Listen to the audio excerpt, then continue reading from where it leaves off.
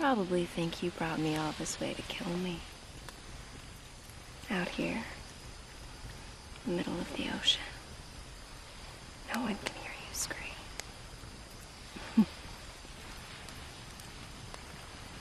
No, I'm not gonna kill you. Well, that is disappointing.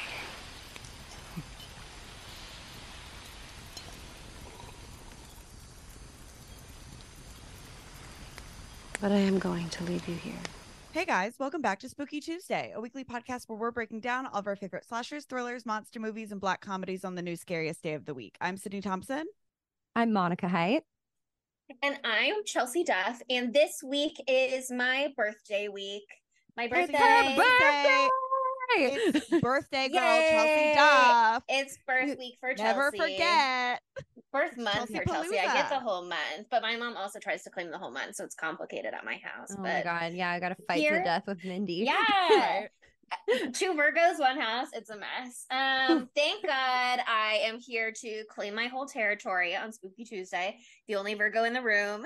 But while technically my birthday was yesterday, if you're listening right on our release date, it is whole birth week, and we're celebrating with a Chelsea pick. After we did Saw last week, I wasn't sure what was up next for me, but I gave it a little thought. I watched a couple movies, and I was watching one, and I just kept thinking to myself, I wish I was watching Influencer, a movie that I had watched earlier in the summer that I really vibed with. It made the festival circuit in 2022, but it made its official debut as a Shudder original earlier over the summer. So it was new, fresh, exciting. But I really had a blast with it when it came out. And I was like, I really should just make Monica and Sydney watch this horror movie for girls so we can talk about it. It was a hoot and a holler, man. I was intrigued by it. I had watched the trailer before you watched it, and I thought it looked interesting, but like it could go either way. I was like, the concept is interesting, but it could be really fucking stupid because sometimes the direct release movies are hit or miss. Yeah. You might recall a movie we did earlier in the summer that was a direct to streaming release that was a little hit or miss. I won't say it now. I honestly don't even remember what you're talking about. They/them. Oh no, that's bestie. Literally, when I was thinking to myself, what should I pick? I was like, could we do they/them again? I know, but it's a little hit or miss. I thought it was gonna go the they/them direction, like kind of like stoopy, a little stoopy. But we love her, but she's a little dumb. You know what I mean? Yeah. Like she's a little dumb. But this is great. I thought the cinematography was cool. I had a great time. I was having a little blast. I watched the trailer for this at one point when I was like, I like to watch horror movies before I go to sleep sometimes. And so I was like, as we all do. Yeah. Right. Yes, of like course. Normal, well-adjusted individuals. And I was like, okay. It was always on my list, and then I completely just kind of like forgot about it because I Easy just to do. went to immediately watching my go-to bedtime one, which is Silence of the Lambs. Classic Anthony bedtime story. Hopkins really does put you to sleep. Not in the mean way. I mean, like he's a soothing gentleman, and I trust him. Yeah, his tone is really actually relaxing in that film. Truly. But I had a good time with this, surprisingly. You did? Wow. Oh my God. I'm shocked. Like, it's not scary, but also it hit me a little hard. Again, as we spoke about last week, I am a woman who has had 3 stalkers and who has almost been abducted 4 times. So this movie just really was like, do you want to experience that fear again? I got you, girl. Yeah. And also on the big screen. And from another lady doing it, I was like, you're supposed to be a safe space. Women protecting women. So much for girl solidarity. But yeah, I mean, that's not a girl's girl. That is not a girl's might girl. Be a little bit, but not in that way. Yeah. But that's something to discuss as we get into the movie. If you haven't seen it yet, sorry, we did a little spoilers before the tagline, but such is life. The tagline though is, it's kind of long. Okay, it reads, While struggling on a solo backpacking trip in Thailand, social media influencer Madison meets CW, who travels with ease and shows her a more uninhibited way of living. But CW's interest in her takes a darker turn. Okay, so maybe that is enough. Maybe that's just as spoilery as we've been so far. Why is her name CW? I'm just like CW, watch Riverdale this Thursday night. You know, like I can't stop thinking that. I don't know, actually. I would love to see that because it doesn't like really roll off the tongue either. And also they don't really say it very often in the movie. No. So like I don't know. But they were like, this is weird. Why did we do this? Well, we already filmed a couple scenes, so we can't turn back now. Yeah. I didn't catch her name until like my subtitles said like CW something. I like never caught her name. I was like, oh. And then I was really like, easy to why just is not her name know it. CW? I was like, that's dumb. Yeah, I mean, Really it is a choice for sure. But there are a lot of choices that are really cool here, so I'm willing to be like, you do you, girl. Yeah. But I didn't watch the trailer before I watched this movie. I had seen a TikTok about it, which had the clip of her like photoshopping making the deep fake basically. And so I knew like that element was going to come into play, but I didn't necessarily know how or when. So it was really just a ride for me for the most part when I started it. I wasn't sure who the main character was at first. It's easy to think it's Madison. And you can certainly make an argument that in a way it is still Madison, but they have one of those long opens, which is so fun in a horror movie. The late title sequence. 26 minutes in. Yes, was it 26 minutes? I was wondering. Oh my God. I wasn't counting or anything, but I was trying to remember. Fresh did a really good like late title sequence. Yes. I loved the one in this one. I'm sure there are more that are not coming top of mind. Another banger direct release to streaming. Oh my God. Maybe there's something to it. I mean, streaming is complicated. They're using it to shaft the writers and actors, but yeah, it is convenient for me. You know, I just want my artists to be compensated fairly for the work that they're doing. I agree. Can I just say something really quickly about the tagline before we get too far away from it? Madison was not backpacking. That was not. That's not backpacking. She was the most glamorous thing I've seen in Thailand. You know what I mean? Like she's having the full bougie experience. That's the only kind of backpacking that I will ever do.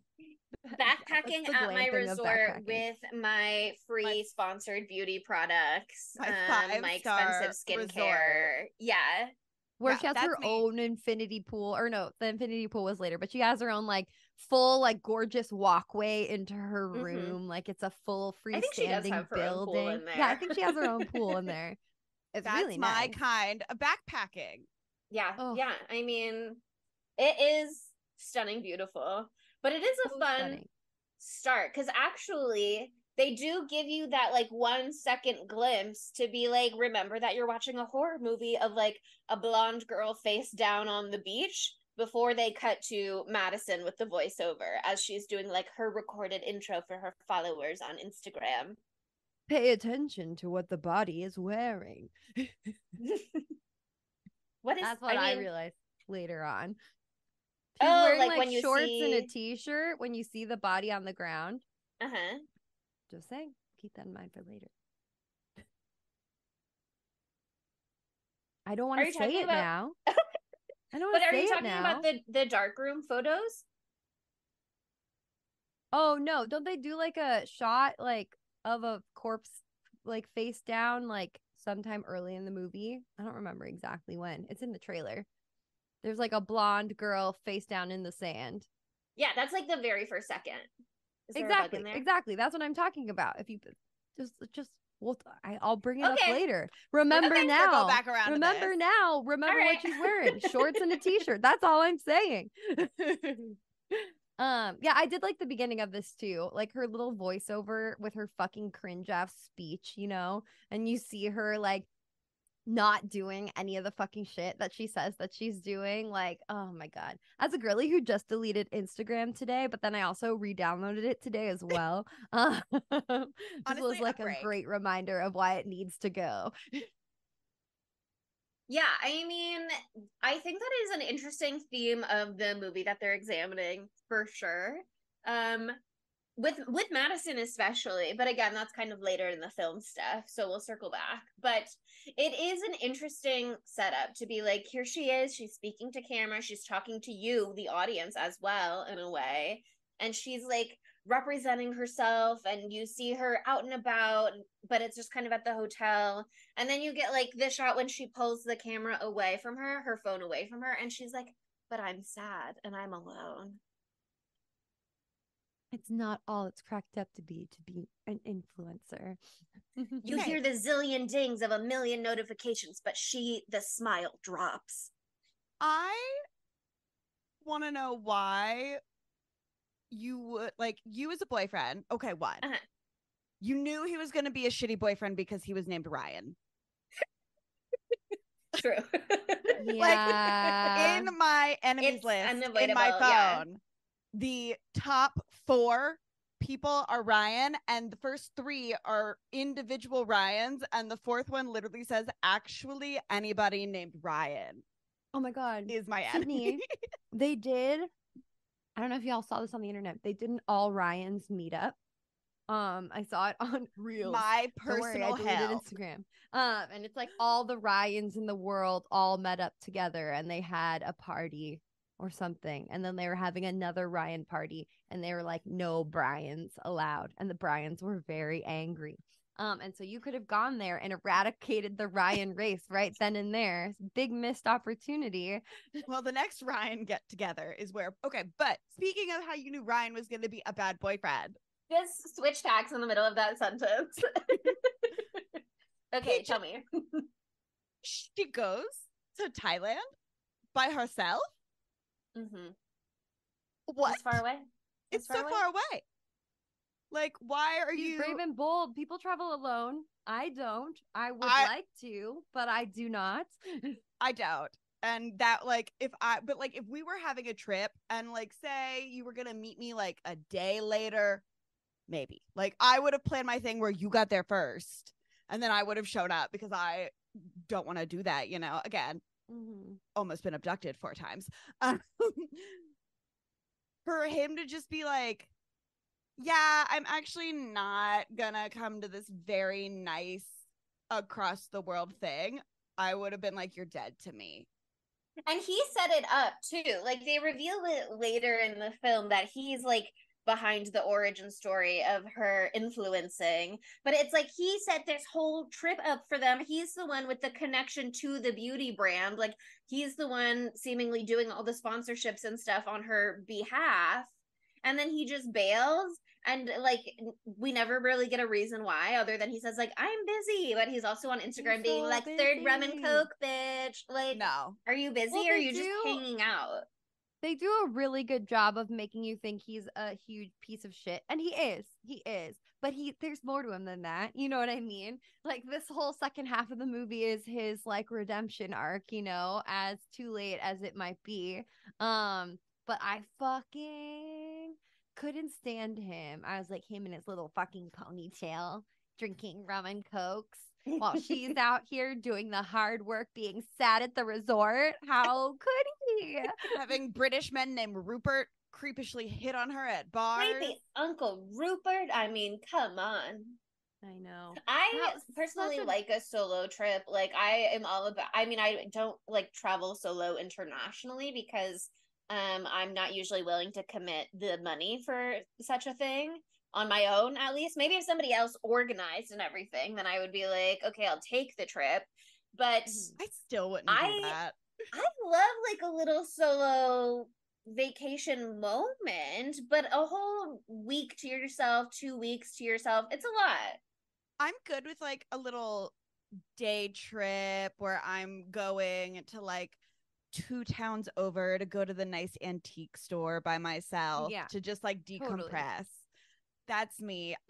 If I'm like driving across, like if I'm driving somewhere, that's fine. Although I do normally carry my gun with me, and also wasp spray and or bear mace, and I also have a knife in my car.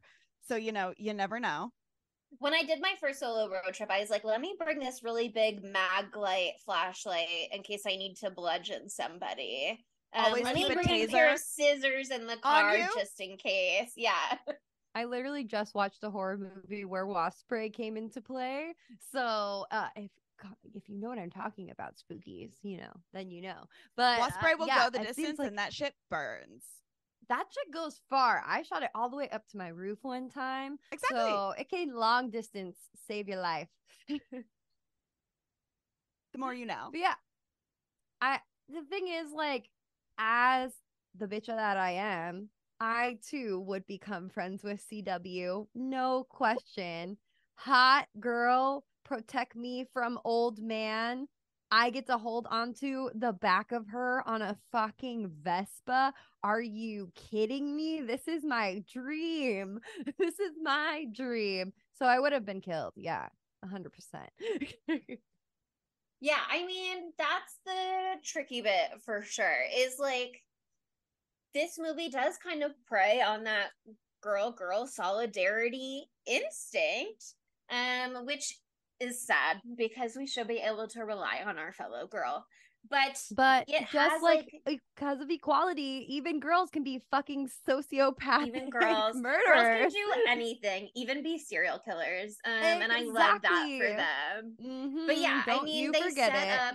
They set up this whole thing. She's traveling alone. Her boyfriend ditched her. She's sad. And now this creepy guy won't take a hint at the bar. And guess who swoops in to save her and is like telling the guy off, and then is like, do you want to come take a walk with me? Making her feel so safe, and then takes her on all of these cool adventures. You know what I mean? Like, CW is 100% putting in the work. She's wooing her for sure. She's wooing her. I was wooed. She's so pretty. She's so gorgeous. Yeah. Pretty. So I pretty. love her birthmark. Yeah, she's really stunning. And I really wanted to like find interviews with her where she talked about it in this movie because it is so relevant to the plot, which is interesting because I did find one interview where she said she was originally reading for the Madison role, but then when they brought her in, they liked her for CW, so they cast her as CW instead. So that wasn't like written into the plot or written with her in mind. They just were willing to adapt and use what they had. She's gay in real life. Oh yeah. She's gay in real life, and she is exactly in our age bracket, y'all. Ooh. She's an Aries, and she's a year older than me, so she's right in between our ages. Cassandra, yeah, I mean, Naud, I love you. She is absolutely gorgeous. That is one of the main takeaways for sure when you're watching the movie. But it's interesting because when I was sorry. The birthmark is real. I thought that it was makeup maybe because it's so plot relevant, but it's like real. Yeah. Yeah, that's what I'm saying is that they were like just working with what they had and like writing things into the script. There was another like script change that they did in the moment basically while shooting that I'll talk about a little later. But when I was looking for things, it was interesting because she first like popped up on the online radar in like 2015, basically being like, I'm a dancer and I'm kind of building an Instagram following, and I'm talking about having this birthmark on my face and how it's like people told me I would have to cover it up if I wanted to be in Hollywood or if I wanted to have a following, but this is who I am. So it's really interesting to see the way that they folded it into the story. I wish I had heard more from her about it in this movie specifically, but she does have other interesting things to say. I have important news. Okay. She was on the Snowpiercer TV show. Should we hit up Christian Brune? Hey girl, do you know this other girl? Hey girl, can you set us up with this other girl? Friend of the pod, Christian Brune. Okay. He would hook it up. He would absolutely hook it up. Oh, she played someone named Monica once on a show. Okay. It's destined to be. Continue. She wants to be on the podcast. I can feel it in my heart. Oh, definitely. But yeah, I mean, it is interesting to see that was kind of like her start of like building a following or like building her career as an entertainer was sort of centered around her birthmark to some degree. And then to see it used so well in this film is interesting because I mean, they never like directly speak about it in the film other than that one moment where Ryan is like, you're unique, like that would work for you actually. But it's well, we'll talk about the deep fake stuff when we get there, but she just is stunning. Madison is so cute. They hit it off immediately. They have incredible chemistry. You're rooting for them. They go on amazing adventures. I was texting the girlies when I was watching it and I was like, because it's such a late title card, right? So there's like a full 26 minutes of joyous time of the girlies traveling through Thailand and having a nice adventure. And I was like, I could just watch this the whole time. I'm having a nice time. I could watch this girls trip movie as well. Does it have to become a horror movie? But yeah, it did. And I'm glad it did because it did pay off real nice. It almost is like you do want them to just be in love. You know what I mean? It's and then they like meet up with those two guys also, and they're like kind of doing a double datey thing, but it's also like those guys are also gay in a couple. So this is actually just two gay couples out on the town doing a little adventure while on vacation. And then they have to be like, no, it is a horror movie. Remember that shot from the beginning? We told you it was a horror movie.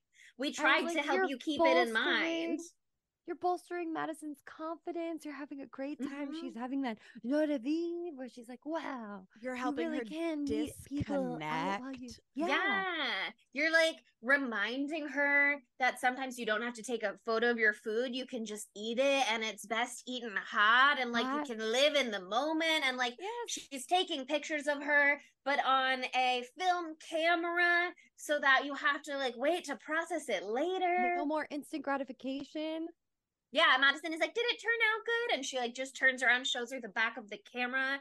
It's like they really could have had something. They really could have had something. There was a connection there. But unfortunately, CW has kind of a pattern. Yeah. Yeah, she was too set in her ways and following her own script to realize that actually things were different with Madison. Actually, there was something special there with Madison.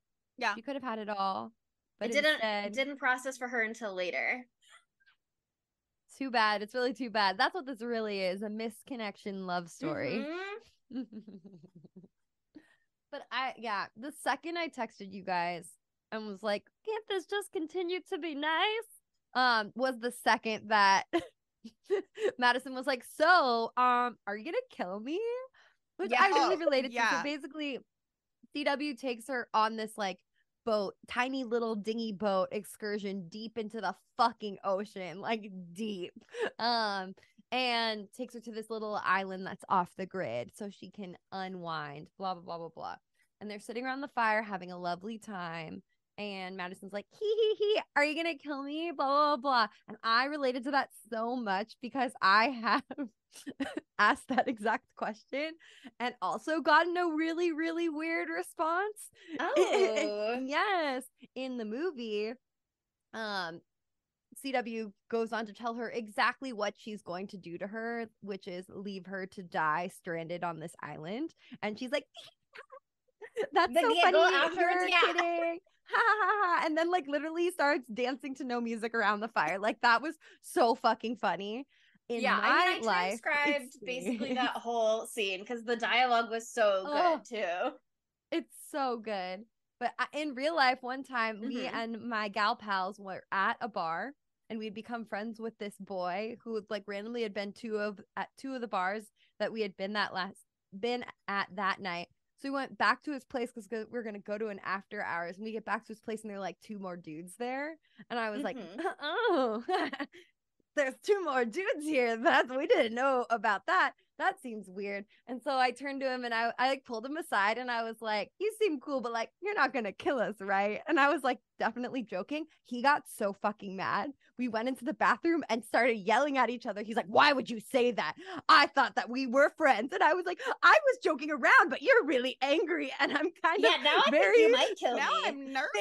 maybe now I think you're going to kill me. And so my friends thought we were making out in the bathroom. I was like, no, we're having our first fight as best friends and we need to leave right now because we're not the best friends that we thought we were. So anyway, this could have happened to me is what I'm trying to say. Oh my We God. are no That's scary longer though. besties. Because that one time I had those 3 random guys that I was like, we're gonna be a friend squad. And then I started to freak out because I was like, we're all in my apartment and I just met them tonight and it is 3 a.m. And I started to be like, things could go really wrong. They were very nice about it. And they were just like, I mean, he was like, you've watched too many horror movies, which are arguable whether or not that's true. What's too many? It's not quantifiable. But he wasn't like, you're a stupid bitch. How dare you say that? You know what I mean? Like, that is just such a weird reaction from a man to be so completely not understanding at all about like, look, ladies do be getting murdered sometimes. So like a little sympathy, please, when I'm just feeling a little afraid. Maybe be nice to me if I'm feeling afraid. Yeah, I was like, haha, this will be a funny joke. I also think I'm best friends with people right away, so not everyone feels that way back. But yeah, so that really hit. That moment really hit, and it's just so funny when that happens in horror movies where someone like tells you exactly what you're gonna do, and you take it as a joke. And then they actually do it. I would take it as a joke too because I love a dark, fucked up joke, you know? I'd be like, and they laid a little groundwork for it to be a joke because right before that, Madison is talking about like, I haven't been sitting around a fire in a decade, but back when I was in the Girl Scouts, we used to sit around a campfire and tell scary stories. And this one girl would tell really dark, fucked up stories. And then CW does that. And so she's like, haha, you're just like my old friend Becky or whatever. Like, she's just like, oh, I introduced the dark, scary story aspect into the conversation. She doesn't realize the threat that she's facing, basically. Like, she thinks that she's the one building this up as a joke, basically. But it doesn't go that way. And, you know, she thinks that she's like, well, there's a flaw in your plan. You can't just leave me here stranded on this island to die, which is what CW says she's gonna do. Oh my God, the whole scene is so good. That whole speech is so good.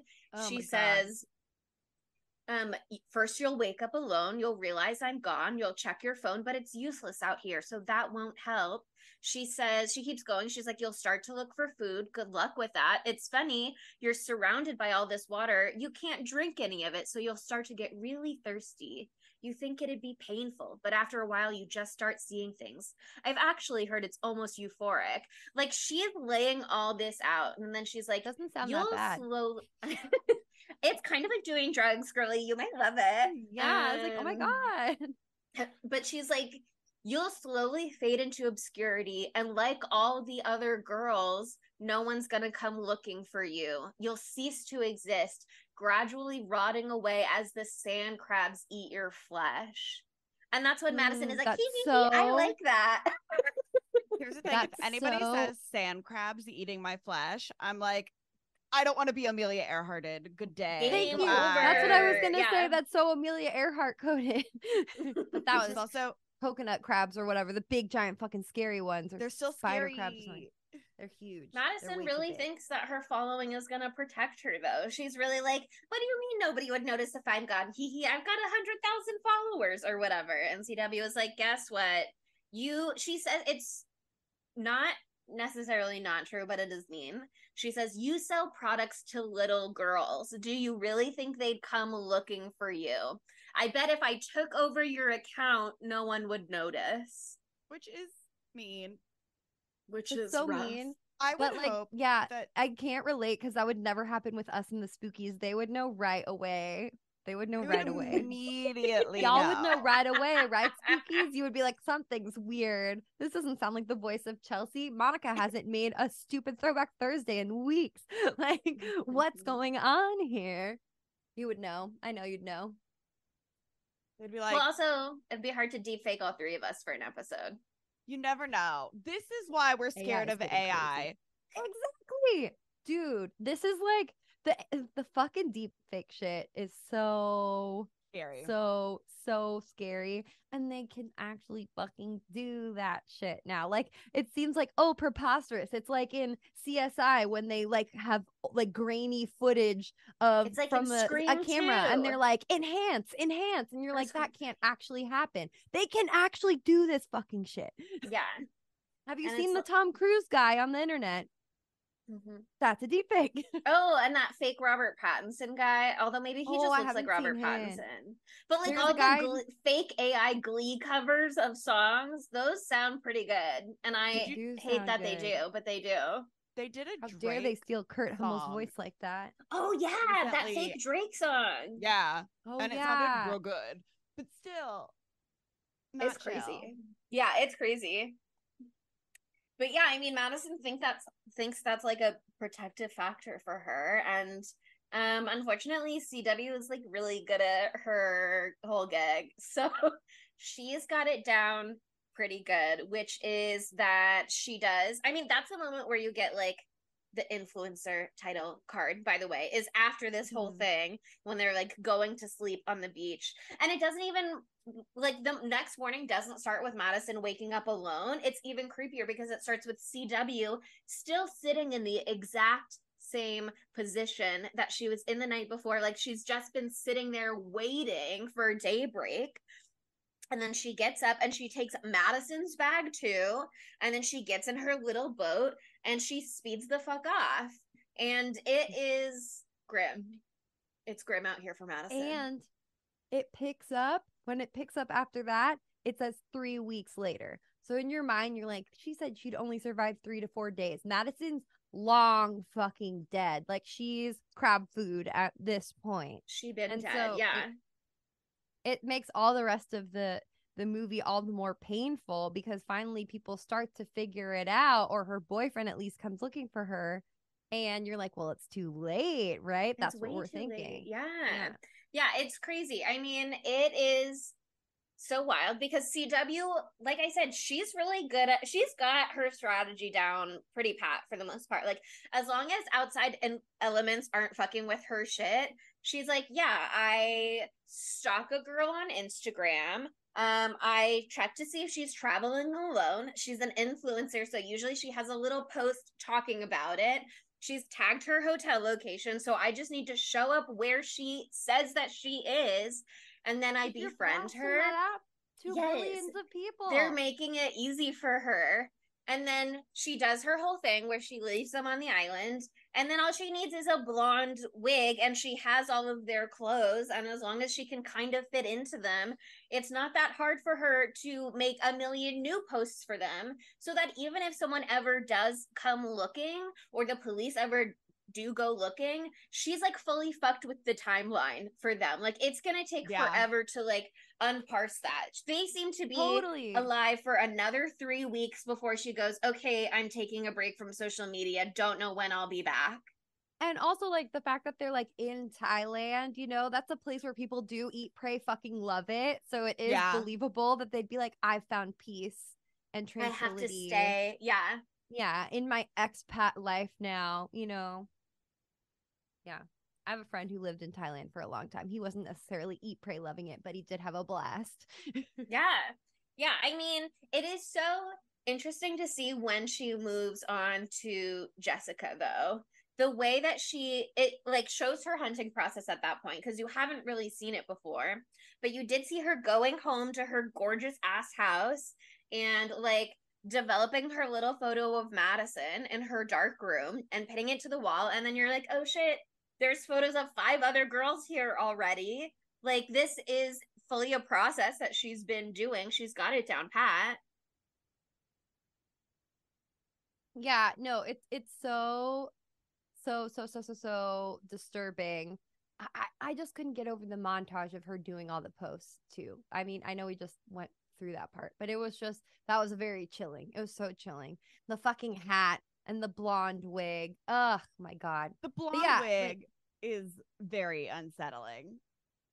Well, I think it was also interesting though that her next person that she went for was like an older person, like slightly, not like a lot older, but like, you know, you think she'd prey on like the young and naive traveler more. She would have better success with that, because the next girl like is sussed out by her almost immediately. Yeah. I mean, I think she still keeps fucking going for it. I know. I was shocked she kept herself. going for it. She has to win. She's so convinced that she is unbeatable at this and that she can pull it off with anyone doing anything. And I think for the most part, that has been true so far. And she hasn't really had many stumbling blocks. But she is for sure being down. Like all blonde influencer girlies in Thailand are the same. And you can see this second that she's interacting with Jessica that she did not clock Jessica correctly. Like, she is making missteps. They have that first run in after she's fully stalked her to, like, followed her down a mostly empty street, which you'd think would be a little bold. But she pops up in that gift shop and she's like, that's a fake. Like, she thinks that she can do her same thing with Jessica that she did with Madison, of being like, actually, I'm an expert on the area and I can show you around. And like, that makes sense that would work for the most part, because she's like, these influencer girlies are coming here and they want to have the quote unquote authentic experience. Or they want to know like all the cool influencer things to do also. Like, she took Madison to see the elephants, which I loved. But they've got all of these, and I'm sure she's like learning from each of the influencers too. She's like, each one shows her something maybe, and she's like, okay, filing it away for my next target. So she's building up this stockpile. Oh my God. Also, the break-in with Madison as like part of her whole MO is so good and interesting. Not just to be so like, good. Aren't you unsettled? Don't you want to come stay with me instead? But she's also like, fill out this form with your name, your last name, your mother's maiden name, basically any security questions that I would need to get into your accounts, presumably including your bank account and your credit card, so that I can steal your resources so I can continue to live this luxurious lifestyle and catfish the next girl who comes along, basically. It is so brilliant. Very finely tuned, other than the fact that she just doesn't always read people well. So she has that moment with Jessica where she's trying to be the expert, and Jessica's like, actually, I'm an expert, so I don't need you, bitch. And I don't really care that much about my sister, so I'm happy to buy her a bullshit gift anyway. Well, it's so interesting too how, that was super funny, but it's super interesting how like she recalibrated, because like for Madison, her demeanor was like cool, sexy, cool girl who knows about shit and rides a motorcycle. Wowee, she knows everything. And she's like, okay, this girl knows her shit already. She's a seasoned traveler. She looks into it more and she's like, oh, I'm going to go ditzy fangirl on her, like embarrassed, like fan, and changes her entire demeanor. And that breaks down the barrier for this new woman. Like, it's so interesting. She's a great actress. That's the last minute script change that I was referencing earlier. That's something that they came up with like while filming. I think they must have been just like, why would we expect it to like work on Jessica one minute when it didn't work on her before? And once we like looked at her Instagram profile and seen all of her like girl boss MLM join our team community building stuff, she's like, actually, Jessica needs someone to take under her wing. I know, instead of being myself, CW, I'm just gonna be Madison because I just spent 3 weeks with that girl. So now I know what to do. I'll just be Madison and I'll be sweet and I'll be wearing all of her little floral clothes again. And I'll let Jessica think that she's in charge and she gets to show me around. Yeah, it's brilliant. That was a smart switch up. It made it more compelling and made her all the more sinister. Made CW all the more sinister, that she could like She's such a smart be such a girly. fucking chameleon. Yeah, hot, sexy, smart girly who is unhinged to the nth degree. But I love Which that makes with her Jessica. even more sexier. I know. I love that with Jessica, you're getting to see the like behind the scenes sort of what she had done with Madison, like how she finds and picks a girl, like how she does the break-in. We didn't see how it happened with Madison because we got like I went to like scrolled back at that moment to be like, do we see like an opportunity for where this could have happened, where she had done the break-in? But we don't. It cuts to like them in one outfit on their motorcycle to like in different outfits later going out. So somewhere in there in between, she was able to like snag an opportunity to go fuck up Madison's hotel room while Madison wasn't there. And while they weren't together, presumably. So I don't know what Madison was doing. But it was easy with Jessica. She just was holding her purse during a little photo shoot that Jessica was doing. She slipped out the key card. Jessica had to go to a meeting. And then she went, fucked up her room, and then sat outside the hotel looking at her phone, waiting for Jessica to come home, discover her room was fucked up, and then text her so that she could be like, oh my God, girl, oh no. Like, she's fully just on top of her shit. If only Jessica wasn't so savvy. I know. Well, she's great. I would say Jessica was probably like in her 30s, and Madison's obviously like in her 20s. She's like 22 is like right, the vibe. and then my Mm-hmm. guess is like I would clock Jessica somewhere at like 35. Really? Yeah. I would say early 30s. She could go either way. She has a more mature look. She has a more mature look for sure. But she also is like, I feel like it could go either way. In real life, she looked the older actress than that me. plays CW is, she does look older than you, but you look really young. Oh, she's young. 36. Oh, she was on Vampire Diaries. Ha! Oh, no way. Look at me. I'm so great at this. Yeah, you are. I'm really terrible at it. I'm genuinely terrible at it. You're such a bad barometer for like what people look like. Like you look like younger than I do at this point. I've really aged in the last year. So not fair. But yeah, our girly CW is 31 in real life, in case you want to know. Just saying. A queen. But I was thinking like that's the difference of, you know, a woman who is in her mid 30s versus a woman who's like in her early 20s and, you know, stranger danger and being more alert and trying to be an age where you like want guidance. Maybe you don't feel like an adult, but you're an adult age sort of, and so you're kind of being like, someone tell me what to do with my life a little bit. But you could even tell that Jessica was like really not fully down with any of the shit that she was kind of being like, hey, do you want to do this? Not really. I don't give a shit. Like, yeah, please Jessica leave me was alone. like, oh, it's hard to travel on your own at first, making it seem like she's been doing this for fucking years, which she has been, and she has good instincts, but she didn't trust them enough until it was too late. I would just like, I love to make new friends with people, and I would love to make new friends with people traveling, and I would go to some place like in that same city with them, but like going into their turf and like staying at their house far away. Yeah. That in the jungle. A level of trust I'm not willing to get to in week 1. Maybe week 2. Well, it is like week 2, I think, because they say it's like a throwaway line, but Ryan says at one point that she extended her trip from 1 week to 2, which is presumably when she met CW in the first place, because otherwise why would she have extended her trip? And then we see all of their adventures, and then she loses her passport. So it's like she had already extended her trip, and now her home has been, or her hotel room has been broken into. Yeah. And so she's like, this girl has made me feel so safe and so self-assured for the last week. Surely what could go wrong if I went to her home with her? She's been nothing but a sweetie petey to me so far. Yeah, no, I totally agree. Jessica's less like, let me go to your house for safety, and is more like, oh, you're rich and you have a really nice home. House? Like, yeah, let's party. How big is this house? It's smart. It's smart. She wants a picture in the infinity pool, and I understand that. I mean, yeah, same.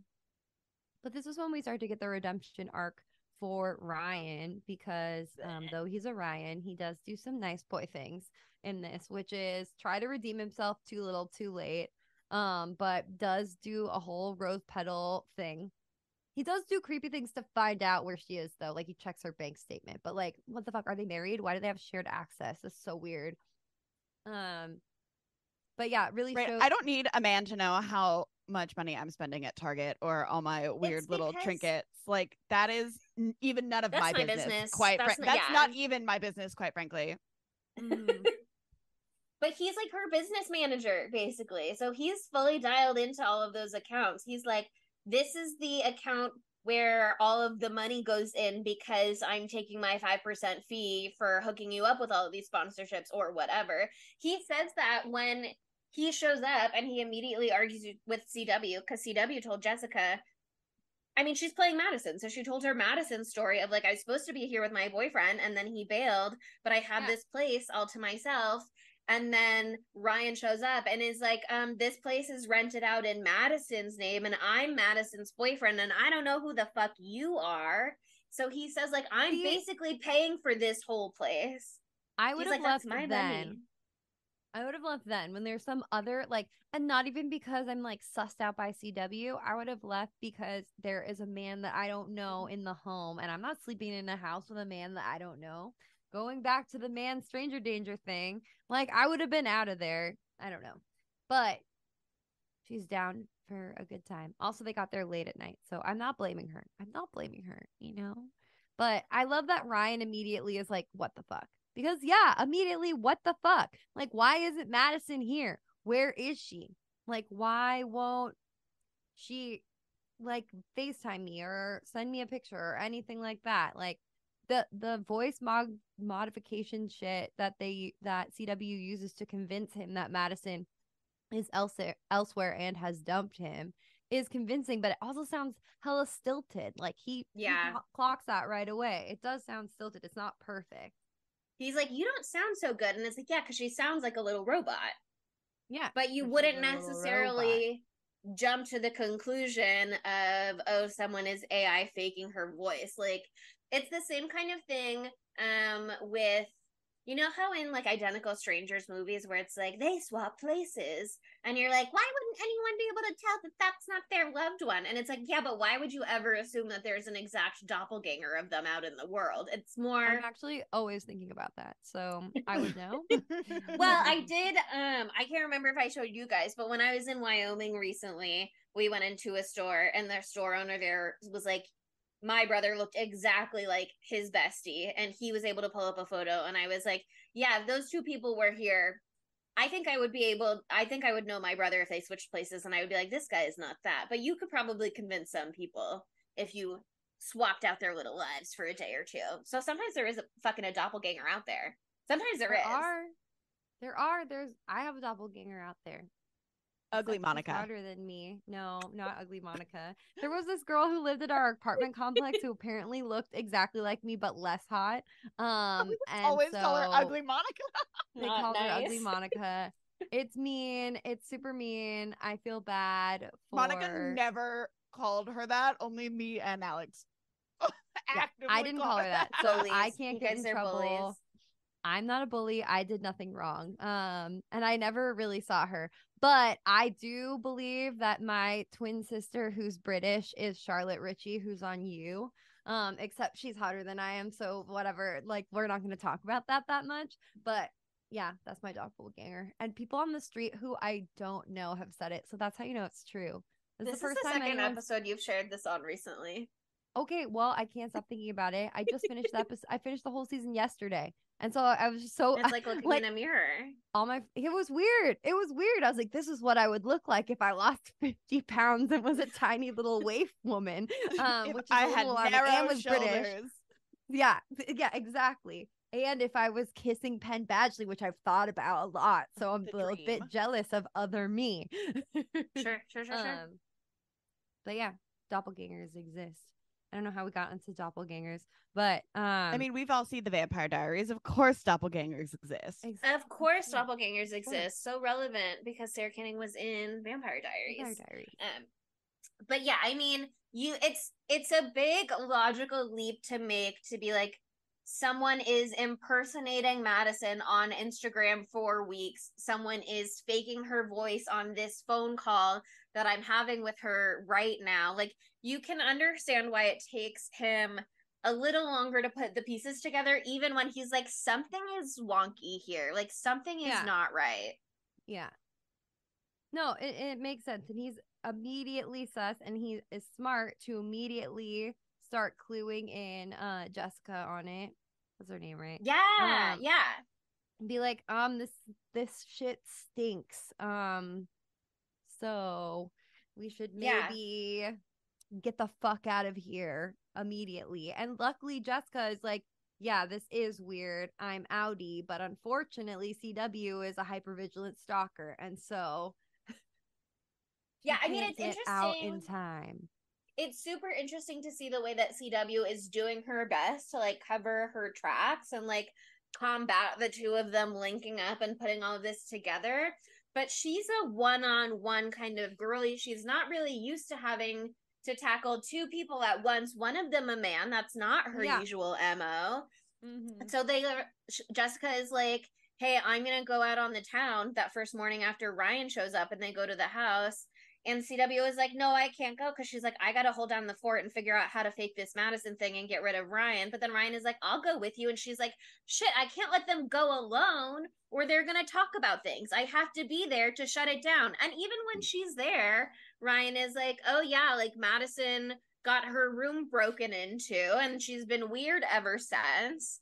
And Jessica's like, that's fucking interesting because I got my room broken into too. And CW is like, yeah, crazy. That happens all the time here. Isn't that crazy, you guys? It's like actually so not that weird that it happened to both of you guys and you're both hanging out with me. It probably happens to every blonde in this city. Literally all blondes experience this. Literally, yeah, all blondes happen break-ins. Well, maybe. But maybe. They go out with Ryan and then Jessica sneaks away and CW sneaks after her. And even still, she's trying to cover it and just be like, I guess neither of us could stand partying with Ryan, huh? But Jessica really thought she had her shit together. She's like, I took the taxi back. I told Ryan that I was going to stay in a hotel. I told the cab to wait for me. She didn't count on CW following her before she left, because she had the plan before she left. So she should have packed before she left. But, you know, again, CW was like right behind her, though. Even if she had the suitcase ready to go, I don't know that she would have been able to get out back to the cab fast enough. Yeah, that's true. I would have just left my shit. Yeah, you'd think the cab would be like not so immediately behind, or at some point you'd go, why is this other cab following us all the way back to this remote home? Like, you'd think you would notice that if you're Jessica and you're savvy and your whole thing, it's like, I'm on to you. She's like 5 minutes ahead. Yeah.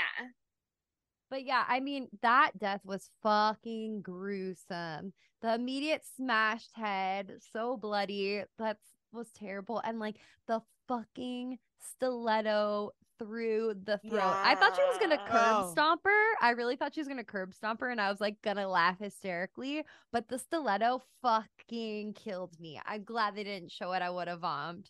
Oh God, something about puncture wounds. I love that she got put in a suitcase. Mm-hmm. Oh, that was so good. She got packed up because they showed her all together. I had a party friend in Chicago for a while. You know, like a casual acquaintance that you would see at the occasional underground warehouse rave. And him and his girlfriend murdered his girlfriend's mom in Bali and stuffed her in a suitcase. Disgusting. Oh, I know. Penis. I was like, this movie is just hitting different aspects for me. Oh my God. You ever have a murder party friend? Jesus Christ. Yeah, what do you mean you don't have a murder? Do you remember a murdy party friend? Murdy party friend. Do you remember that show, the reality show Megan Wants a Millionaire, that got canceled like halfway through the season, maybe at best, because it turns out like the guy who got to second place murdered his ex-wife and put her in a suitcase? Oh. No, I did not watch that, but that sounds exciting. Yeah. Bad exciting. awful. Awful. But yeah, I mean, this part of the movie is so wild because Jessica really was onto her, and Jessica really was doing a pretty good job of figuring shit out and getting away, but she did not have the appreciation for what she was dealing with. Like, she thought CW was just like weird. She thought she was like a weird, creepy, desperate hanger-oner. She did not realize that she was dealing with an actually dangerous person. She thought she was a thief. She thought she was just trying to steal her money. That's why she offered her all that cash. She's like, you want money? Take it. I don't fucking care. Just let me get out of here. She was like, I know what you're doing. You're taking advantage of her, and you're not going to do that to me. Like, she thought that CW was just in it for the money and the influence. And CW had to lay it out for her and be like, you don't know anything about me. I don't want your fucking money, you entitled bitch. And then she does her best to like shorten her little influencer speech into 2 sentences and be like, I wish we could have finished what we started, but I'll just do it really fast. Nobody's gonna notice you're gone. Nobody cares. They never do. Stomp. So good. So good. The stomp. And the way Ryan brings back all those people to party because Ryan is an inadvertent smart guy, sort of. Right. He's a little bit smart. I got turned around on him by the end. Okay, a little bit. He's still a douchebag, but you know, he did try to do his justice for his girl. He didn't let it lie. You know? Yeah. But yeah, I mean, like, CW does such a good job of trying to set the scene. Be like, oh, you just missed Jessica. Here's her eggy plate that I ate those eggs for sure. Like, she just left. Ha ha ha. And then, like, she kicks, like, Ryan out because she's like, this is not your space. She broke up with you. You creep. Why did you follow her here in the first place? Blah, blah, blah, blah. So she does a good job of like, convincing him to leave. And she also does that new boyfriend post, which was really smart. And then she also totally changes it up after that too, and is like, oh, what do you do with a guy? Let me seduce him in a different way. And be like, actually, I would love if a guy flew all the way across the world for me. And if Madison doesn't appreciate that about you, maybe she doesn't deserve you. Do you want to go out to dinner and have a drink with me tonight? Like, she really is laying it on thick. She's like, sorry, no more little floral outfits. I'm wearing a sexy red halter top now. Let's hang out, Ryan. Do you want to hang out? Yeah. When she roofies him and like does that whole, I really thought she was gonna kill him. But instead she's more manipulative than that. That's not her thing. Yeah. Yeah. And she just like sets the scene to make it seem and does that whole sexy thing and just takes his phone and deletes the picture of her off of his Instagram. Like, genius. Yeah. This kept me on my toes. Kept me on my fucking toes. Yeah, that's the thing. Is like we saw it a little with Madison where she was like, don't get me in the background of any of your videos or your photos. I don't want to be on social media. I don't like being on camera. I'm more comfortable behind the camera. But really part of it is just like her birthmark makes her very distinctive looking.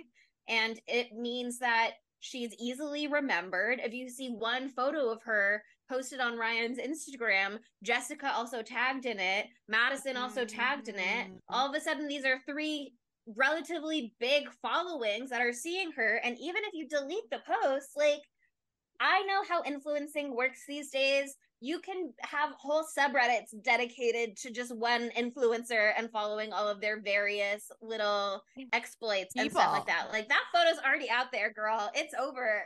It's over for you, bestie. Yeah, I have 2 friends that are influencers. One found out she has like a wiki feed, and the other one like found out there's a subreddit about her that is nar. So it is, yeah. Hopefully it's a big we don't wolf. have those. No, we don't. I don't think so. No, I don't think we're First too of all, we're micro niche. Yeah. Micro niche internet celebrity until the day that I die, bitch. Yeah. Micro niche, and all of the spookies are respectful. They're and so they nice. Would never do that, right? Yeah. Yeah. I don't know. if we ever do start a Patreon, one of the level will be $666, and it will be for feet pics only. But for Sydney's feet pics only. Only for Sydney's feet pics. You don't want to see my feet. My feet are jacked up. Put that clip on TikTok. Yeah, Sydney does have very cute feet. My feet are so cute. But yeah, the one other thing that CW underestimates is just Ryan in general, just like we have been the whole movie, because, you know, he was such a fuck in the beginning. In Act 1, he was a big old douche canoe. But like, he's like, this still doesn't sit well with me, and I don't know where the fuck Madison is, so I'm gonna go investigate, which is a little creepy on its face, but, you know, it's also weird that she's back at the same resort again, you know, in my opinion. The same one where her room got broken into. Yeah, why would she go back there? And so he goes back, figures out, from the help of Croupy Rupee is what I was gonna say. Creepy Rupert. And, you know, he gives the tea. He would remember, again, that just like you were just saying, Chelsea, like the girl with the birthmark. Yeah, stands out. That's what sticks. He doesn't remember the blonde girl as much, but he remembers that they were together. Oh, I remember that other girl. Okay, I remember that there were these two girls and someone had their room broken into. Yep. But he is actually central to the plot. Like, he's there in the beginning for the Madison CW meet cute, and you kind of think, we're never going to see this guy again. He's just a vehicle to get these two girls together. No, he's still hanging out in Thailand 2 months later, basically. And he is there to be like, not only has Madison not been here in weeks, not only was she with this other girl at that time, but this picture couldn't have been taken recently with the new, quote, love of her life, because it's been raining for weeks. This is the first sunny day we've had in weeks. This sunny photo is obviously old, which is why CW had to be like, she's at this hotel in the first place, because that's where all of Madison's photos were taken. Yep. Dude, okay. I have to say this. It's the time to bring it up. There's another small character in this film who is so frustrating. So that's Jay, which is Madison's best friend, who was a piece of shit when Madison was FaceTiming with him because he didn't really care about her problems or anything. He literally he just cared was like, about smile what more, she could girl. get him. Oh, yeah. Hated that. He was like, hated that. Get me on your influencer list. Like, let me get those fancy perks like you get. Like, that's all he cared about. And then when Ryan calls him and is like, what the fuck? Like, has she told you about this other boyfriend? And or have like, you even talked to her? Yeah, like they've been texting and stuff, but they've never FaceTimed since, you know, she went missing. We know she went missing, but they don't know. And then he immediately flip-flops. He's like, you can do way better than her, Ryan. You can do way better than Madison. Yeah. Ryan was the driving force of the influencing. He's just playing fucking games. And later on in the movie, you see him do it once again. And so he is just such a fucking piece of shit in this. Yeah. He's but I love that. Bestie. He's so funny to me, but it's terrible.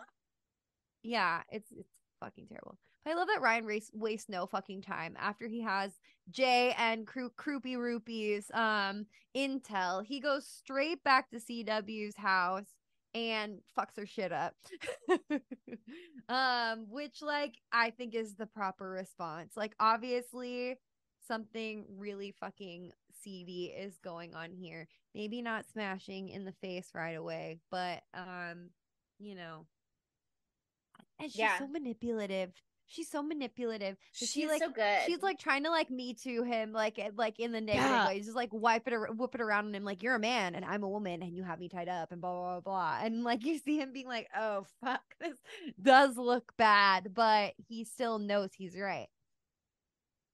Yeah, it is so crazy to see him. Like, she really thought she got away with it when she was like, I would love to have a boyfriend like you. Anyway, I hope you get on this ferry and go home and you find a new girlfriend who is deserving of you. And I never see you again. And I'm going to burn all the evidence except for Madison's journal, because she's in love with Madison and she can't bear to part with it. But she even burns her blonde wig because she can't keep pretending to be influencers, even though like you'd think maybe she would want to do Jessica's account, but she's like, let me just actually wipe the slate clean. Let me just start over. And then Ryan, he just figures it all out, and he has that moment where he's like clicking through Madison's Instagram too, frame by frame on that video to find You the can't one do that frame. on Instagram. No, you can't do that. No. But you could maybe like screen record it and then like click click through your screen sure. recording. I don't know You if you would could be get able to to find that one frame. He did it in app on the internet, and it's real buggy on the internet. So I know for sure you can't do that. but yeah, I mean, he gets to that one frame where you see the birthmark, and once again, it's like the birthmark that's bringing her down too. Like it is so central to the plot in such an interesting way in this movie. It really is interesting. Yeah, I mean, he comes back and he's like, guess what? I black out all the time because I'm a heavy drinker, but I never forget a shag, which is just such an incredible line. Really a great line. So really good. a great line. But yeah, I mean, I don't know.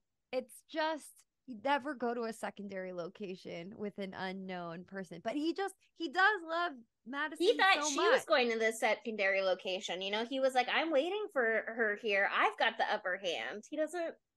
He also doesn't know who he's dealing with.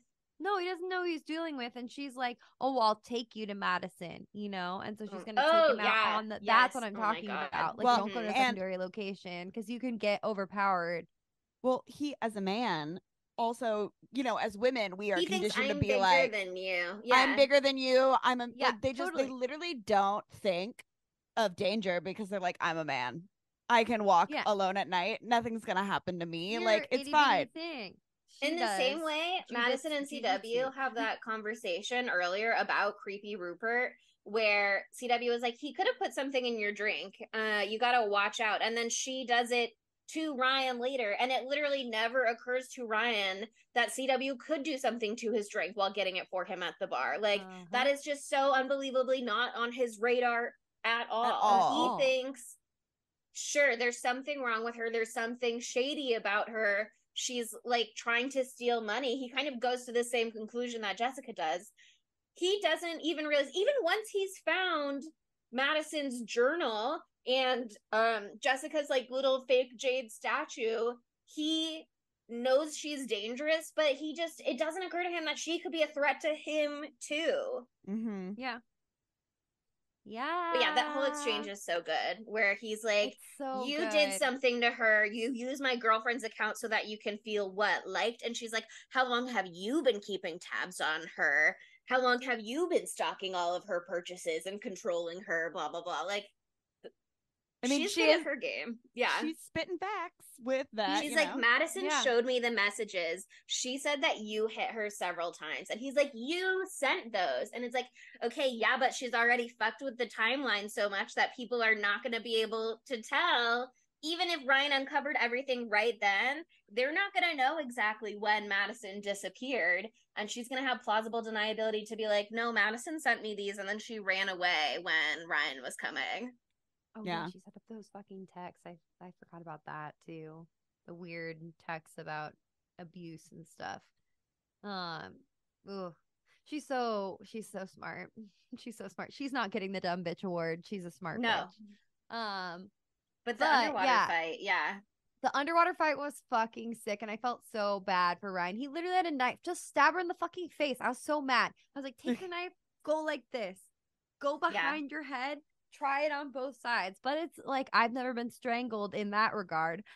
So you know, underwater it's harder too, and like the momentum underwater, I'm sure would like inhibit some of your stabbing abilities. He does try to get her though. He cuts her and face, he gets like her arm and her leg. Yeah, like he cuts her right here around her eye. She has like a big cut there.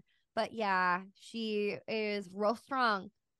She's a little thing, but she's real strong. She's ripped. I don't know if you noticed that. She's fucking ripped. So, this bitch works take him down. She took him down. Like we said, she's uninhibited.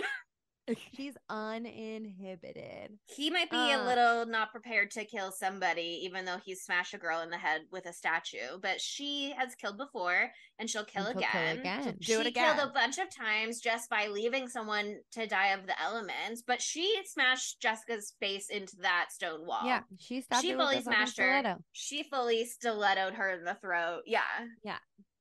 And this brings us to the fucking ending of this movie. Closer. And the closer of this movie fucking slaps so hard. And I just want to say from the beginning, because they showed that fucking clip at the very beginning, and it just was a blonde girl face down in the sand. And I'm like, okay, I know she has a blonde wig. So I'm like, she is going to be the dead person on the beach. Like, I was just like, she's going to be like, CW is going to be the dead person on the beach. That was my prediction.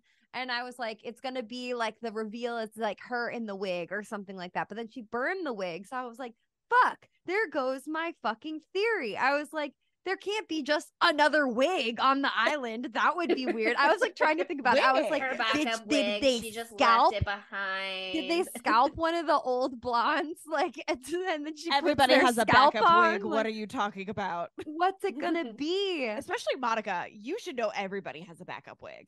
I know I have a backup wig, so I thought she might have a backup wig, or that someone scalped the blonde on the island. I don't know. I was trying to get creative, but I was like, there's no way. Like, there has to be a.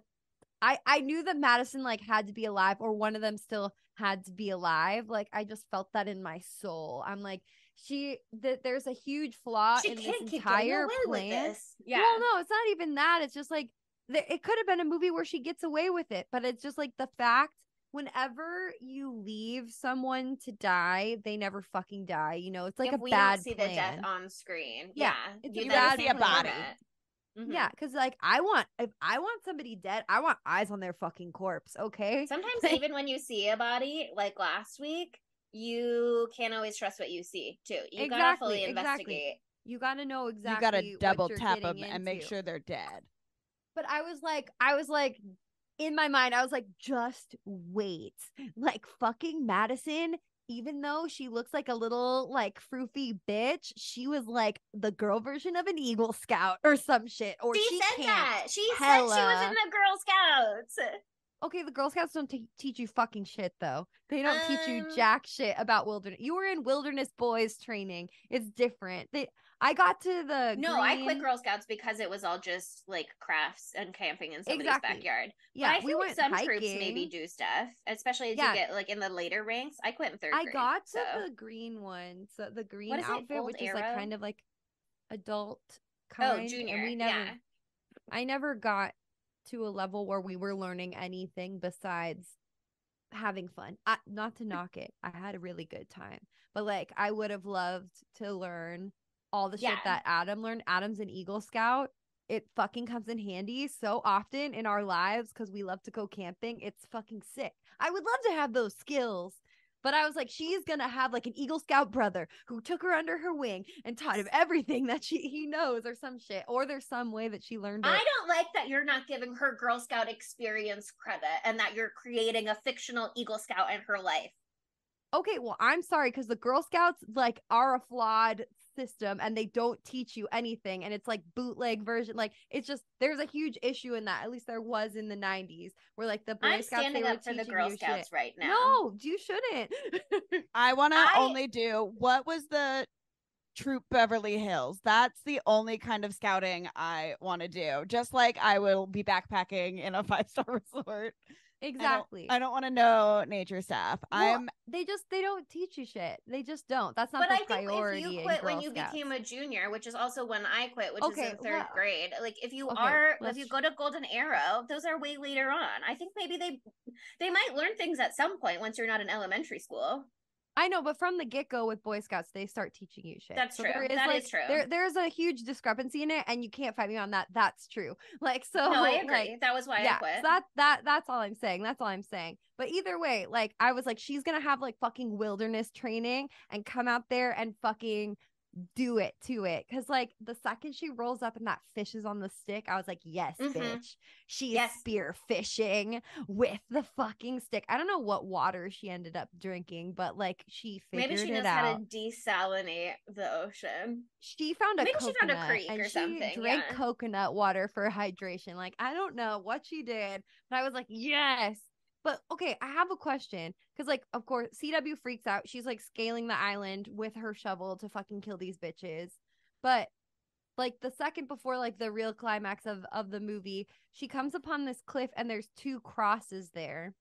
So do you think that 2 of the other girlies like survived long enough? Or like, do you think that just Madison like buried the bodies of 2 girls' bodies that she found? Like, what do you think those crosses signified? I think Madison, as soon as Madison got to the island in the beginning, she noticed some tally marks on the log around the campfire. And I think clocked that. Yeah, we saw the tally marks again when CW came back, and it showed that Madison's been there for like 2 full fucking months.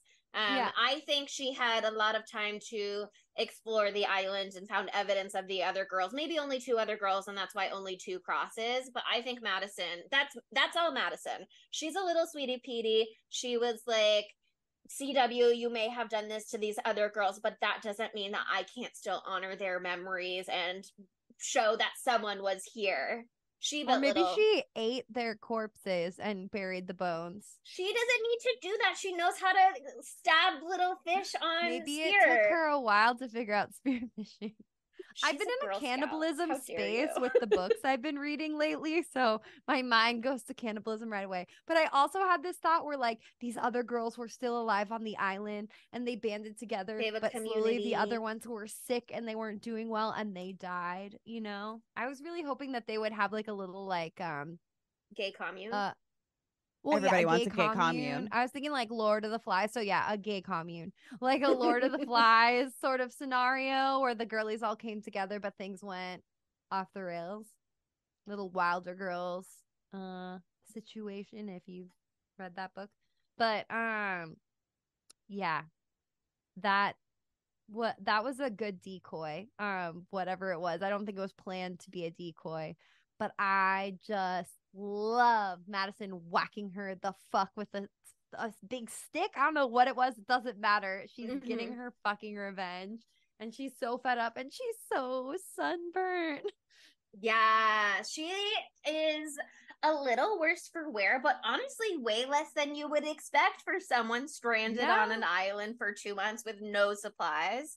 She made it work. She had those survival skills within her, and she girl bossed her way right out of there. Yeah, I love that she doesn't kill CW either. She just leaves her stranded there. Like, that feels so appropriate to me. Like, so often in horror movies, it's like, don't just leave them alive, they're gonna come get you. But it's like, well, what's CW gonna do? Literally swim miles back to shore? Like, no, she's going to be just as helpless as she thought all of the other girls she left behind were. And she is not a Girl Scout. And yeah, fuck you. You stay here and get dehydrated and don't drink water and have euphoric hallucinations until you die. You do that, bitch. You heard it so great. Experience it for yourself, honey. Yeah, and I think it's so interesting that the movie ends with CW standing on the shore watching the boat go, and she's like smiling a little. Like, what's that smile about? What do you guys think about the smile? Oh, she's just like touche. Yeah.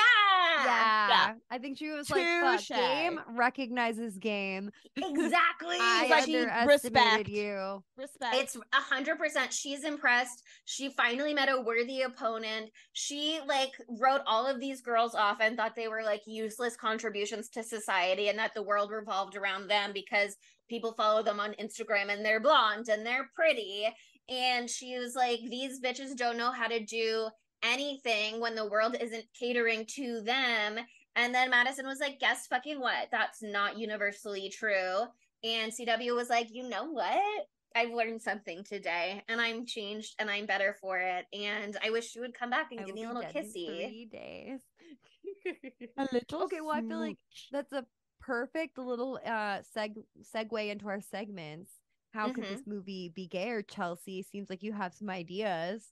I think that they were in love and CW ruined it by not being able to recognize that feeling in herself before she had made the decision to abandon Madison on the island. Or she was so scared by her feelings that she was I think she's so disconnected from her feelings that she didn't recognize it until later. She's so distanced from her feelings, but she saved that little notebook and she didn't examine why. She was just like, hey, yeah, little souvenir for CW. Gonna put that in my dark room with my photos. I want to know what her childhood was like. Yeah. You ever get so internally homophobic that you kill the object of your affection? Or we've attempt seen it to? a couple of times. Yeah. But it's that same kind of thing also of like, do I want to be with you or do I want to be you? Does she want to be an influencer? I don't know, but she's certainly stepping into Madison's life and pretending to be Madison in a couple of different facets. Yeah. So, but it sucks because she's not that good at it. Like Ryan can tell there's a marked difference. It's empty. It's more like it's so fake now. That's what he says. So, yeah. And so like, because she is like, I don't know, I can't diagnose her, sociopath, whatever, something, blah blah blah. There's something off.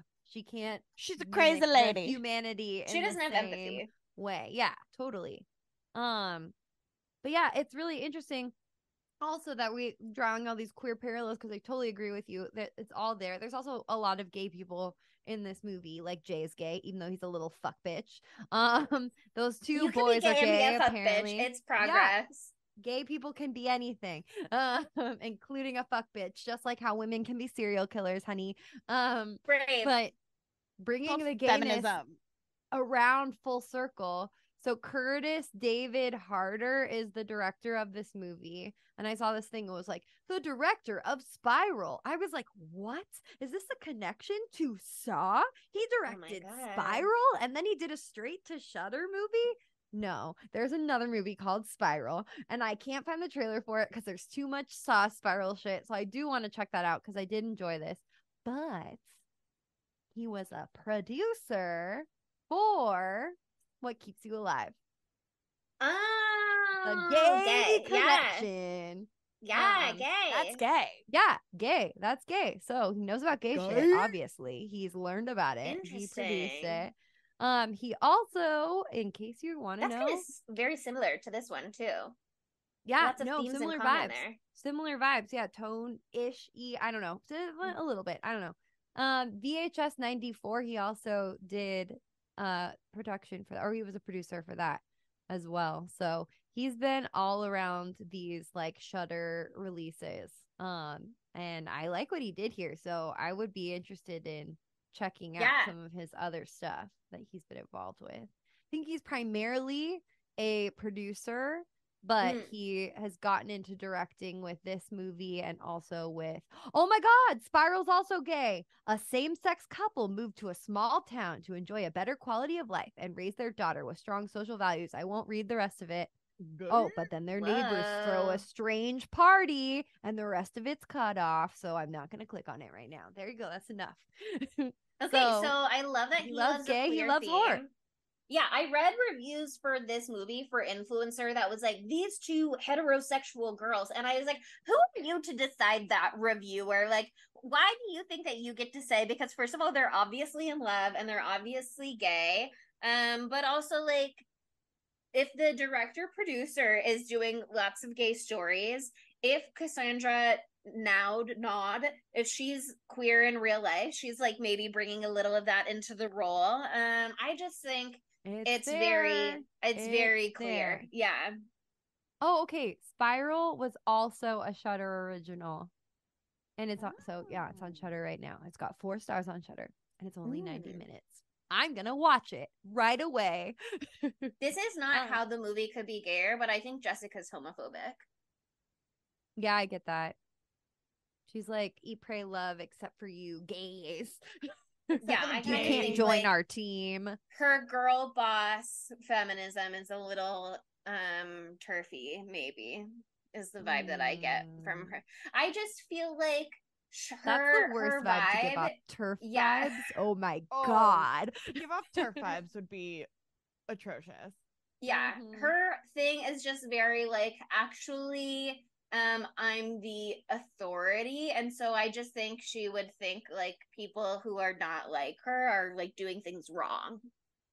Yeah. I can see that. Sorry to Sarah Okay. Canning, who seems lovely, but that's my vibe from Jessica. Okay, it's time to move on to where would Matthew Lillard fit into this film? Okay, I would hate to say this, but Oh, he could be Rupert. Yeah, that's what I was thinking. It's he really could the be. look. There are 6 characters in this movie. There's just not a lot of space for him to be anybody else. I mean, a young Maddie Lily would be a really interesting Ryan for sure. Yeah, for sure. But I like could that he was definitely pull that off. ambiguously European or whatever.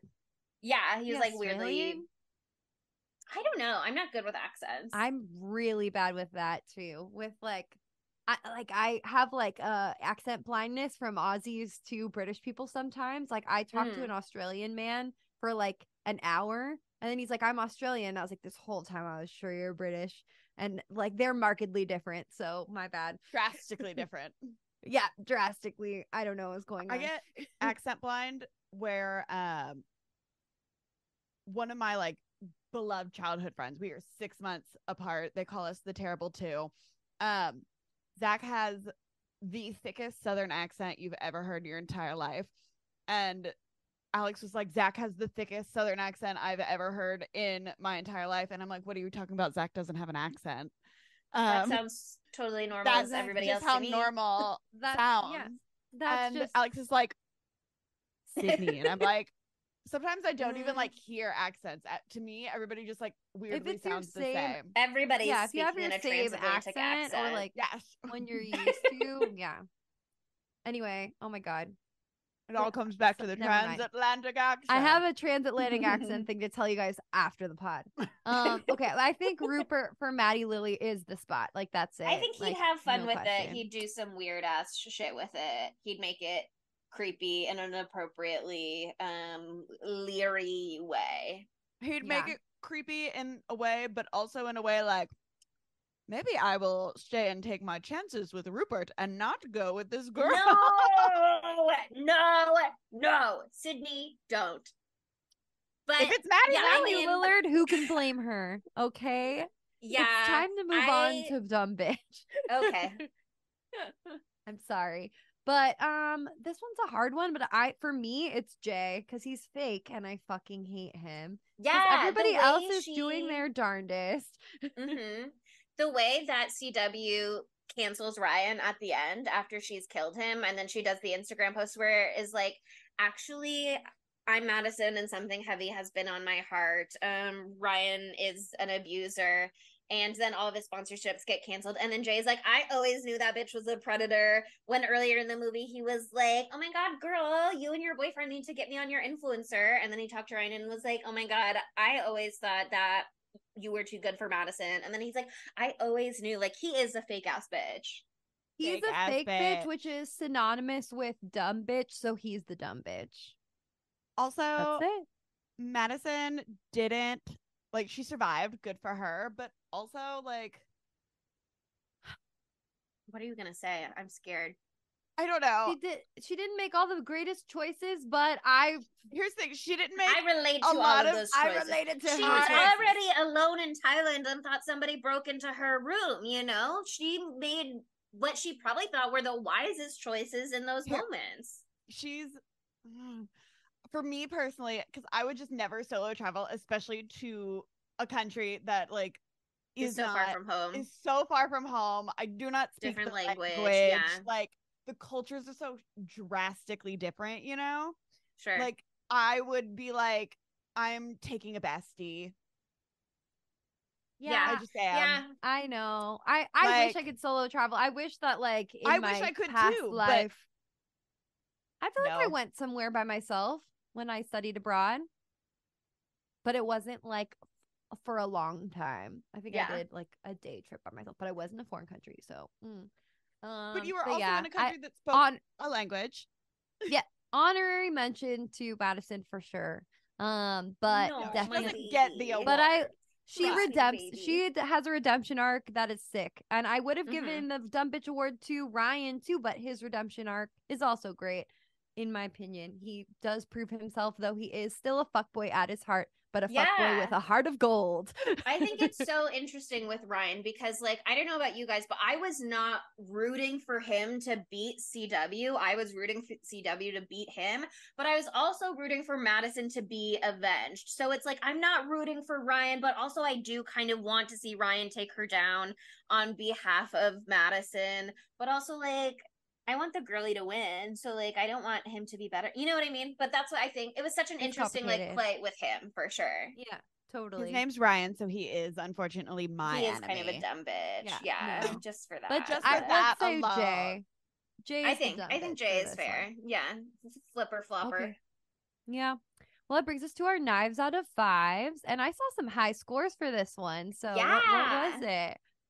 I would say there were generally positive reviews. Some people didn't give it like a shining star reviews necessarily, because I did look at some actual reviews for myself when I was trying to research. There's just like not much else for this film to research. And there's like no trivia on IMDb other than to say that the star's birthmark is real. But other than that, just not a lot out there. But the actual numbers on IMDb and Rotten Tomatoes are as such. It's a 6.1 out of 10 on IMDb, so a little lower. But on Rotten Tomatoes, while it has 71% fresh from audiences, which is better than 6.1, it has 92% fresh from critics, which is pretty good. That's 92% really good. fresh from critics. That's super good. Yeah, most critics are like, at least this is worth your time. And I think so. I think it is. I definitely agree. I had a really, really good time with this one. And like, it's really inspiring me to get back into what I was doing last year, where I like was watching like not every, but like as many new releases, like niche new releases as I could in horror. But I got kind of burnt out on that. And there were so many this year that it just seemed crazy. And I think I watched some really fucking bad one that I was like, kind of icked me. But this has got me inspired again, because like sometimes movies just get like not shafted. Shudder original isn't necessarily a bad thing, but it's like it gives straight to DVD a little bit, you know what I mean? And so a little bit straight to VHS if you really want to throw it back. I think they kind of are holding it down in the horror community, which is their niche, but they haven't really like entered into the public discussion much yet. Yeah, and I feel really grateful that I have access to Shudder now, because they have amazing stuff on there, and this was a really great movie. I want to watch more of their Shudder originals. There's this one called Quicksand that came out that looks kind of silly but also fun, about people getting stuck in quicksand and in a jungle. So I don't know, it really like kind of inspired me to watch more of these niche horror movies. Like there's another one that was actually related to this that I saw on Shudder. Yeah, Sissy is another Shudder original that I really liked too. It's Australian, I believe.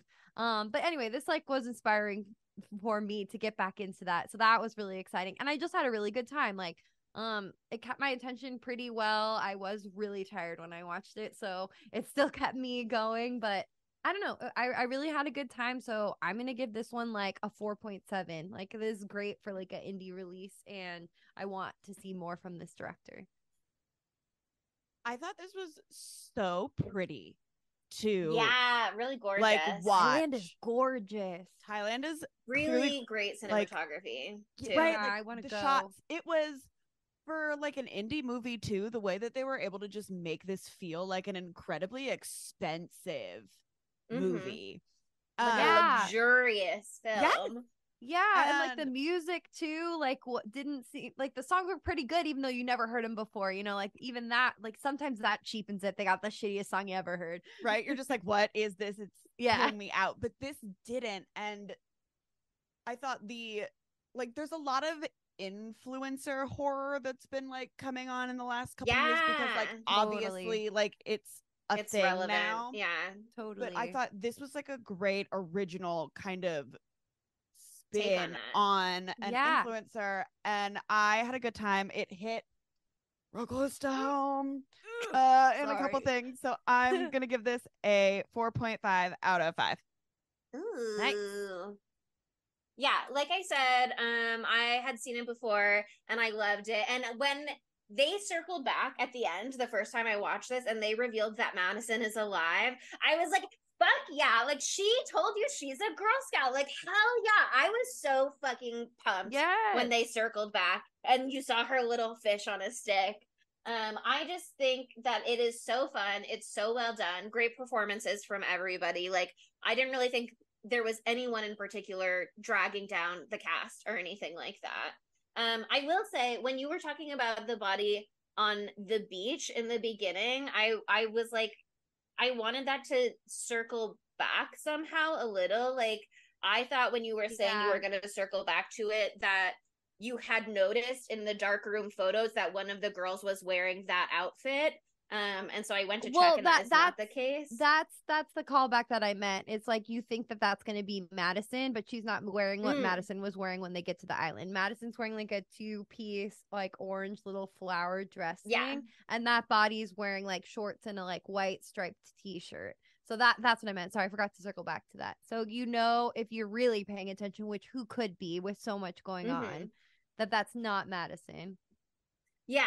Yeah, I mean, I would have liked if that was like one of the other victims, but I think it can be even without her being shown in the photograph shot. I mean, I think it's clear that that's what that is at the very least, but it would have been like nice to circle back and like round that out in that way.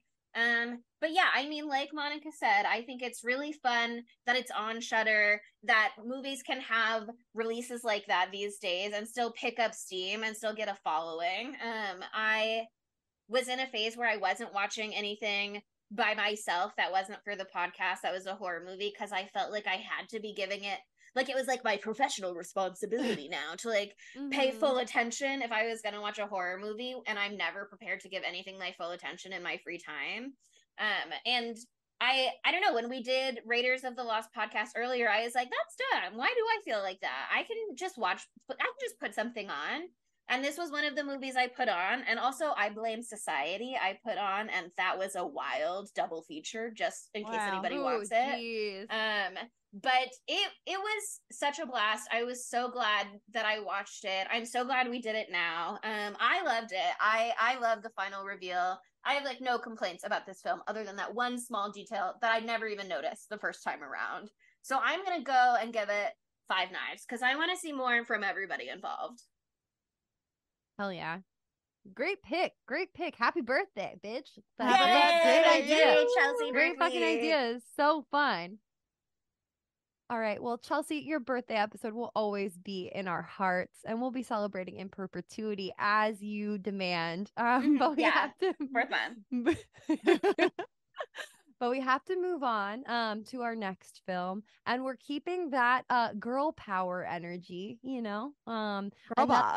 girl boss for real. Dear Christ. But this is a movie that has been lauded as a feminist classic in the horror genre, so we'll discuss if that's true or not.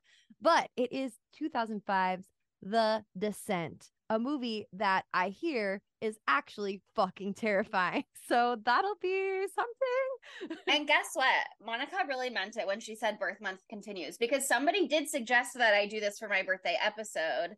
I just hadn't watched it enough to determine if I wanted it to be birthday episode yet at the time.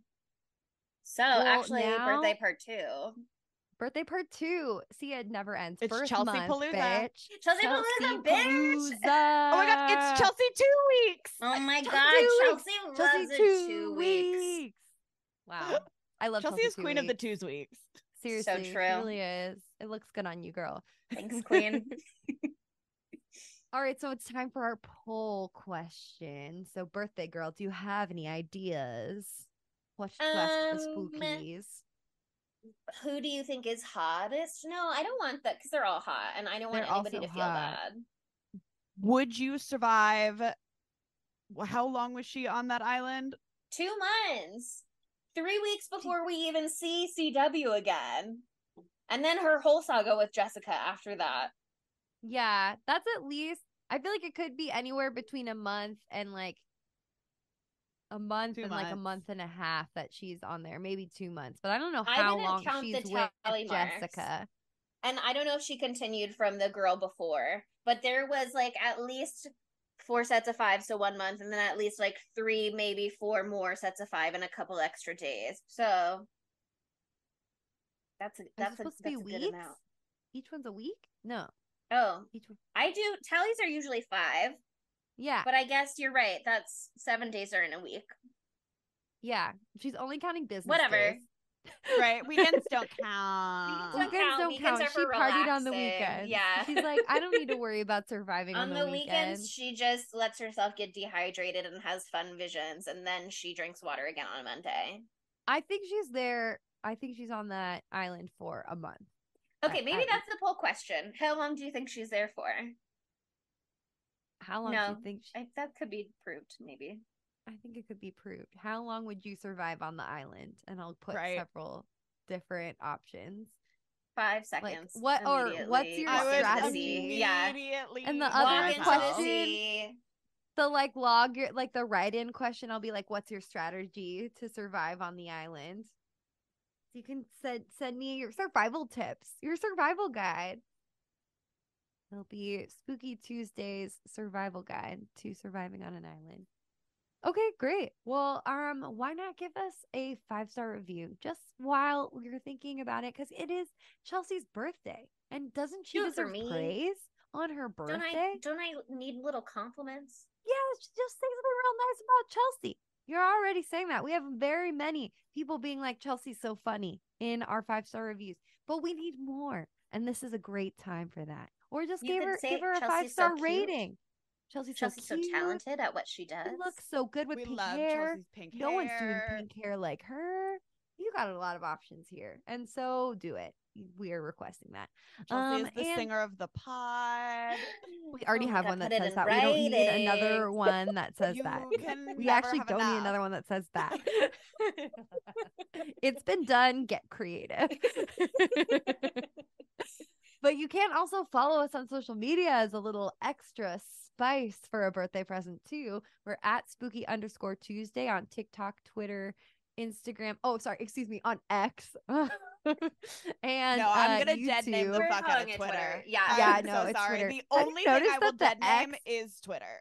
Yeah. Have you noticed that the X, like the logo for it, has like little scratchies like on it? So it's like a black square with the X, but there's like little white scratchies to make it look edgier. It's the most pathetic thing I've ever seen. It's also, so did you know that redirects back to twitter.com? So yeah, it does. Stupid. He's so bad at his job. Whatever. He's literally trash. Anyway, we also have a Facebook and a Tumblr at Spooky Tuesday Pod, and we are on Letterboxd at Spooky Tuesday. So as I always say, thank you so much for listening, and I'll see you next Tuesday. Bye, Spooky. Bye. Happy birthday, Chelsea. I thought you hated social media. Does it make you happy?